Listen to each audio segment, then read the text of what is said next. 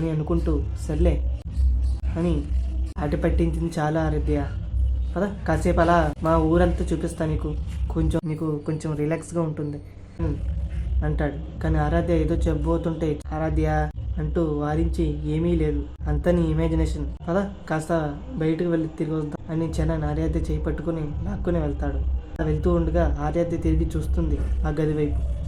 కానీ అక్కడ అస్థిపంజరం, అగ్నిగుండం, కత్తి వంటివి ఏమీ కనిపించవు. కానీ కల్లో కనిపించే గోడ వైపు ఉన్న అద్దం మాత్రం కళ్ళల్లో కనిపించే విధంగా పగిలిపోయి ఉంటుంది.